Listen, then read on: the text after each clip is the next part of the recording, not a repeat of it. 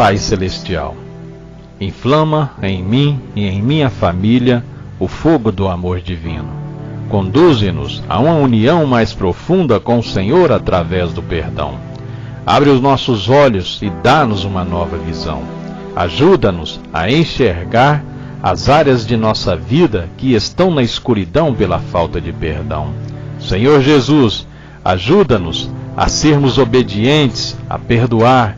Ajuda-nos a amar e a perdoar como Tu amas e perdoas.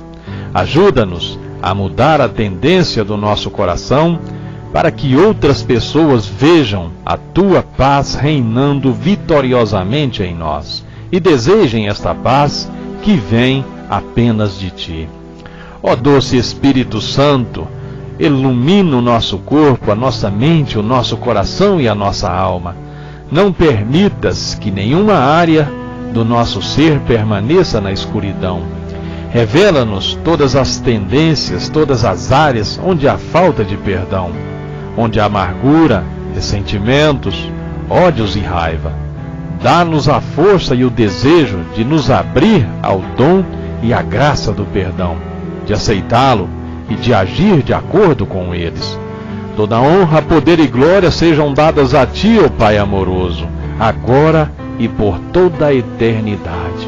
Que assim seja. Amém. Eu me chamo Luiz Cláudio.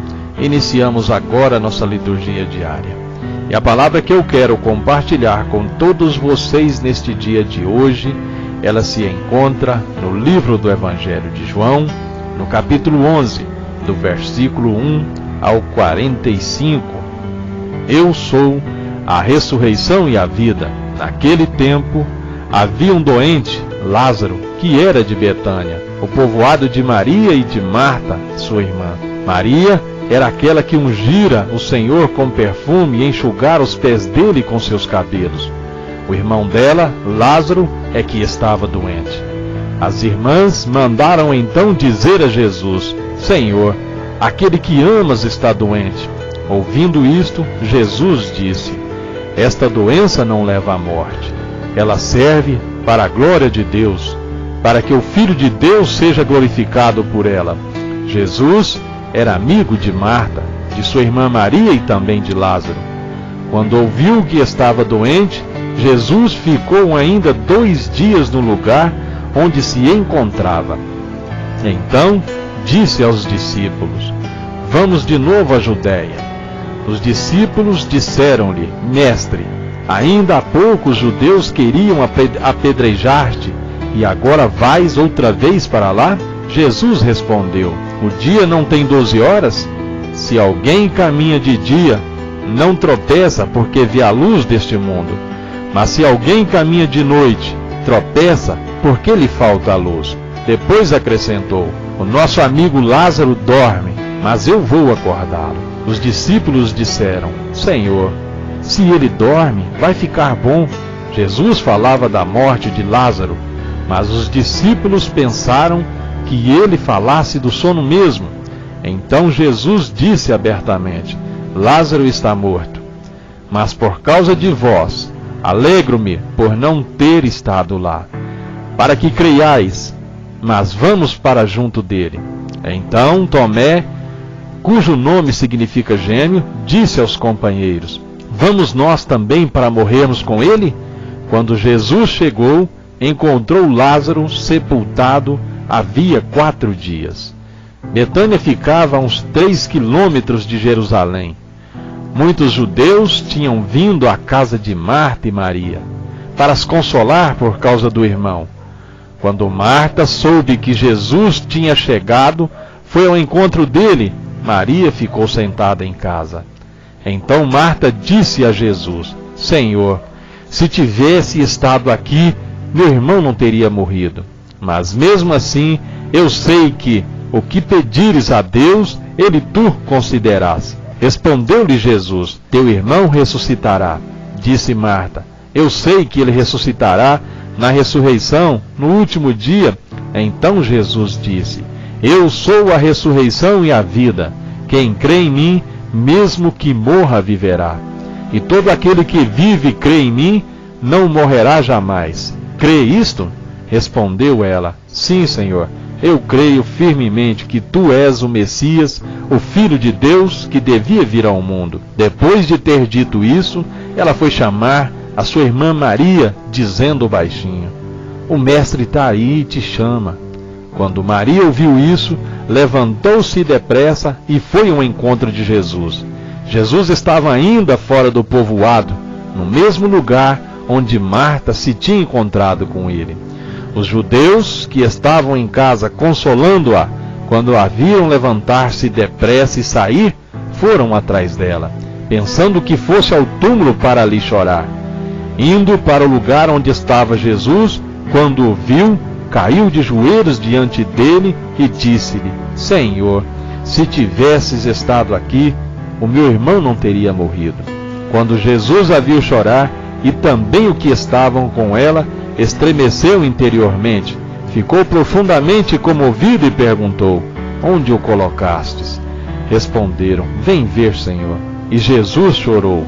Então os judeus disseram: Vede como ele o amava? Alguns deles, porém, diziam: Este que abriu os olhos ao cego, não podia também ter feito com que Lázaro não morresse? De novo, Jesus ficou interiormente comovido. Chegou ao túmulo. Era uma caverna fechada com uma pedra. Disse Jesus: Tirai a pedra. Marta, a irmã do morto, interveio: Senhor, já cheira mal. Está morto há 4 dias. Jesus lhes respondeu: Não te disse que, se creres, verás a glória de Deus? Tiraram então a pedra. Jesus levantou os olhos para o alto e disse: Pai, eu te dou graças porque me ouvistes. Eu sei que sempre me escutas, mas digo isto por causa do povo que me rodeia, para que creia que tu me enviastes. Tendo dito isso, exclamou com voz forte: Lázaro, vem para fora. O morto saiu, atado de mãos e pés com os lençóis mortuários e o rosto coberto com um pano. Então Jesus lhes disse: Desatai-o e deixai-o caminhar. Então muitos dos judeus que tinham ido à casa de Maria e viram o que Jesus fizera, creram nele. Palavra da salvação. Amados irmãos e irmãs, ressurreição e luz são 2 temas intimamente ligados, porque são sinônimos de salvação. Se alguém caminha de dia, não tropeça, mas tropeçará se andar de noite, conforme João, no capítulo 11, no versículo 10. O tema central do evangelho de hoje é a vida, vida que foi restituída a Lázaro e que está ligado à amizade, ao amor fraterno, à compaixão, atitudes cristãos que estão presentes na glorificação de Deus, que é o destino dos homens e mulheres que creem verdadeiramente. A vida verdadeira que o Cristo trouxe tem face humana e face divina que se misturam. A ressurreição de Lázaro é um dos maiores sinais de Jesus. Jesus assim vai manifestando a sua filiação divina, seu poder messiânico, sua missão salvadora, e provoca cada vez mais a admiração, a fé, o testemunho daqueles que são beneficiados pela sua ação evangelizadora. O próprio evangelista João anuncia que Jesus muitos outros sinais, e que esses sinais foram escritos para que creiais que Jesus é o Cristo, o Filho de Deus, e para que, em crendo, tenhais a vida. João, no capítulo 20, do versículo 30 ao 31. Assim poderíamos afirmar que a vida do homem é a razão de ser da encarnação de Jesus. Os milagres e sinais de Jesus foram efetuados para destacar a vida plena, a vida que só Ele pode nos dar. Jesus afirmou: Eu sou a vida, eu sou o pão da vida, eu sou a luz da vida. Jesus veio ao mundo para despertar a criatura humana do sono, e esta vida nova só será possível àqueles que viverem com dignidade a grandeza do seu batismo. Aderindo a Cristo, o batizado deve viver uma vida realmente nova, animada pelo Espírito de Cristo, mas sem a fé traduzida em obras, o batismo ficará morto. A vida da fé batismal se verifica, se atualiza, por exemplo, quando ela transforma a sociedade de morte numa comunidade viva de vida, de fraternidade, de comunhão. Como Lázaro, acolhamos a ordem de Jesus. Sai para fora, peçamos ao Senhor que nos desperte, que nos ressuscite do sono da morte e nos revista da sua imortalidade com a celebração da festa da Páscoa que se aproxima. Amados irmãos e irmãs, a reflexão desta mensagem de hoje é que o Evangelho nos apresenta grandes milagres. Jesus ressuscita um defunto morto há vários dias. A ressurreição de Lázaro é tipo a de Cristo que iremos comemorar proximamente. Jesus diz a Maria que Ele é a ressurreição e a vida, conforme João no capítulo 11, no versículo 25. A todos nós pergunta: acreditas nisso? Isso também está em João no capítulo 1, no versículo 26. Acreditamos que, no batismo, Deus nos oferece uma nova vida? Diz São Paulo que nós somos uma nova criatura, conforme 2 Coríntios, no capítulo 5, no versículo 17. Esta ressurreição é o fundamento da nossa esperança, que se baseia não numa utopia futura, incerta e falsa, mas num fato.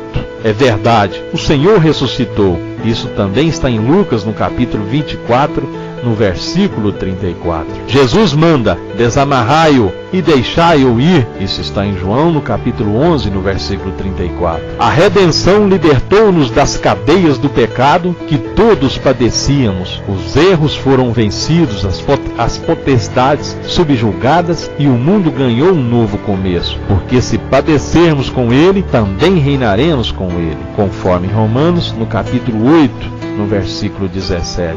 Esse lucro não só está preparado para os que em nome do Senhor, são triturados pelo sem Deus, pois todos os servem a Deus e vivem nele, estão crucificados em Cristo e em Cristo conseguirão a coroa. O cristão, estamos chamados, já está nessa terra, a viver nessa nova vida sobrenatural que nos torna capazes de dar créditos de nossa sorte, sempre dispostos a dar a resposta a todos os que nos peçam a razão da nossa esperança, conforme 1 Pedro, no capítulo 3, no versículo 13. É lógico que nestes dias procuremos seguir de perto Jesus, o Mestre. Amém? Eu espero, mais uma vez, ter conseguido transmitir a cada um de vocês um pouquinho mais do Evangelho e da Palavra do nosso Deus. Eu sempre recomendo, e hoje não seria diferente, que você procure aí na sua Bíblia, que estude mais esta mensagem que se encontra no livro do Evangelho de João, no capítulo 11, do versículo 1 ao 45. Que você estude e procure extrair mais desta palavra o que mais Cristo tem para você. Amém? À medida que eu ensino, eu também aprendo. À medida que eu evangelizo, eu também sou evangelizado. Que o Senhor te abençoe e te guarde. Que o Senhor faça resplandecer a luz do seu rosto sobre ti e tenha misericórdia de ti. Que o Senhor sobre ti levante o seu rosto e te dê a paz. E todo aquele que crê, diga amém. Que Deus, nosso Pai, venha sobre todos nós em mais esse dia de hoje e que nos abençoe a todos. Fiquem todos nas graças do nosso Deus. Que assim seja. Amém.